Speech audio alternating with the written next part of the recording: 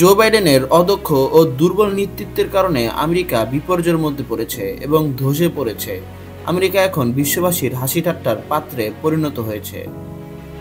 যুক্তরাষ্ট্রের একটি শহরে সাম্প্রতিক সন্ত্রাসী ঘটনার পর নতুন মেয়াদে আবারও মার্কিন যুক্তরাষ্ট্রের নির্বাচিত প্রেসিডেন্ট ডোনাল্ড ট্রাম্প এসব কথা বলেছেন। ট্রাম্প তার ট্রুথ নামক সোশ্যাল মিডিয়ায় ওই মন্তব্য পোস্ট করেছেন।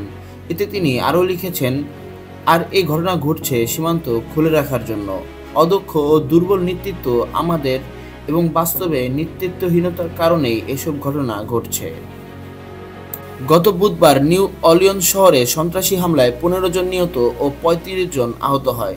ট্রাম্প সে সময় এই ঘটনার সঙ্গে অবৈধ অভিবাসীদের সম্পৃক্ত থাকার দাবি তুলে বলেছেন, বিদেশ থেকে যেসব অপরাধী বা সন্ত্রাসীরা আসছে তারা আমাদের দেশের অপরাধীদের চেয়েও অনেক জঘন্য।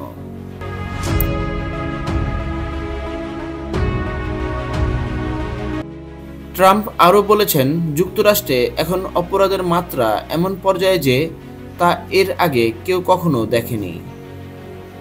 টেক্সাস অঙ্গরাজ্যের ডালাস শহরে 42 বছর বয়সী এক মার্কিন নাগরিক ওই দিন নিউ অর্লিয়ন্স শহরে এসে নববর্ষের উৎসবে ব্যস্ত মানুষের উপর গাড়ি চালিয়ে দেন এবং এরপর গুলিবর্ষণ করেন। তার হাতে ছিল কথিত আইএস বা দায়েশের পতাকা ও তার মাইক্রোবাসে ছিল কিছু অস্ত্রশস্ত্র ও বোমা। এই ব্যক্তি অতীতে মার্কিন সশস্ত্র বাহিনীতে কাজ করেছেন এবং সোশ্যাল মিডিয়ায় প্রচারিত একটি ভিডিওর মতে এই ব্যক্তি রিয়েল এস্টেট বিশেষজ্ঞও ছিলেন।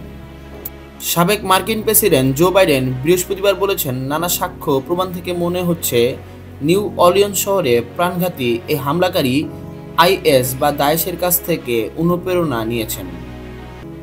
মার্কিন সরকারি সংস্থাগুলো সম্পর্কে ট্রাম্পের এইসব প্রতিবাদ বিভিন্ন বিশেষজ্ঞ ও রাষ্ট্রবিজ্ঞানীদের মুখে বারবার উচ্চারিত হুঁশিয়ারগুলোকে স্মরণ করিয়ে দেয়।